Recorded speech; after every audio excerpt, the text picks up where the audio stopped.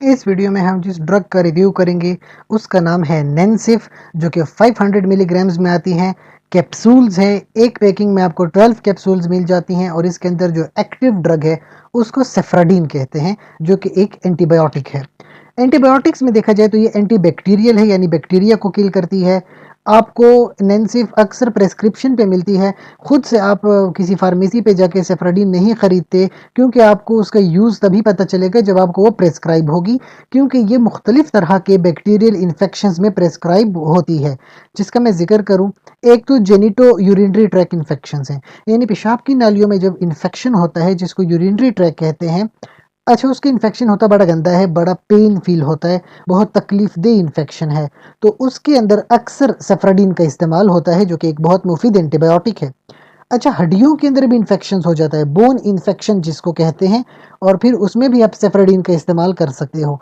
इसके अलावा urinary track से अगर थोड़ा-सा इन्फेक्शन ऊपर की तरफ यानी ब्लैडर की तरफ हो जाए, जिसको सिस्टाइटिस कहते हैं, तो अनकॉम्प्लिकेटेड सिस्टाइटिस के अंदर भी इन्फेक्शन हो जाता है और उसमें भी सेफ्राडीन का इस्तेमाल है। कानों के अंदर इन्फेक्शन जिसको ओटाइटिस कहते हैं, ओटाइटिस मीडिया, उसके अंदर भी सेफ्राडीन इस्तेमाल होती है। स्किन के अंदर जिसको स्किन स्ट्रक्चर इन्फेक्शंस कहते हैं, उनमें भी सेफ्राडीन का इस्तेमाल हो सकता है।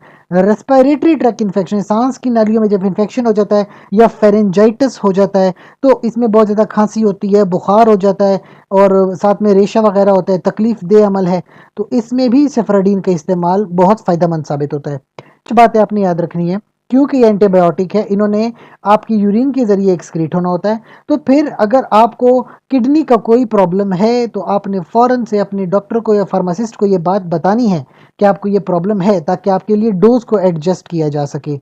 इसके अलावा कुछ लोगों की शिकायत है कि ये इस्तेमाल करने से डायरिया हो जाता है। देखिए, डायरिया आपको किसी भी एंटीबायोटिक से हो जाता है, ये एक नॉर्मल साइड इफ़ेक्ट है।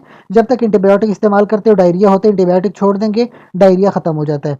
सर चकराना या सर में दर्द हो जाना, अच्छा ये कॉमन है, लेकिन अगर आपको पहले से ही किडनी का कोई प्रॉब्लम है, तो फिर नेफ्राइटिस हो सकता है, इसलिए आपको पहले से डॉक्टर को बताना चाहिए। अच्छा, कुछ लोग कहते हैं कि वॉमिटिंग हो जाती है या जिल्द के ऊपर अर्टिकेरिया वगैरह, या कभी-कभी लिवर की जो बायोमार्कर्स हैं, जो एंजाइम्स हैं, उनमें डिस्टर्बेंसेस आ सकती हैं, जो कि फौरी तौर पर आपको अपने डॉक्टर को लाज़मी बताना चाहिए। इसके अलावा अगर आपको हाइपर सेंसिटिविटी यानी एलर्जी महसूस होती है, तो फौरी तौर पर इस मेडिसिन को रोक लेंगे और फौरी तौर पर अपने डॉक्टर को बता देंगे। आखिर में याद रखें कि प्रेगनेंसी के अंदर अगर कोई इन्फेक्शन होता है, तो प्रेगनेंसी में कभी भी खुद से मेडिसिन इस्तेमाल नहीं करते, बल्कि अपने गायनेकोलॉजिस्ट से मशवरा करेंगे और गायनेकोलॉजिस्ट के मशवरे के मुताबिक ही किसी मेडिसिन का इस्तेमाल करते हैं। इसके अलावा अगर आपका एंटीबायोटिक्स के हवाले से या सेफ्राडीन के हवाले से कोई सवाल है, तो कमेंट सेक्शन में पूछिए। साथ ही गुजारिश है कि चैनल को लाइक करें, कमेंट करें, शेयर करें, सब्सक्राइब करें। शुक्रिया।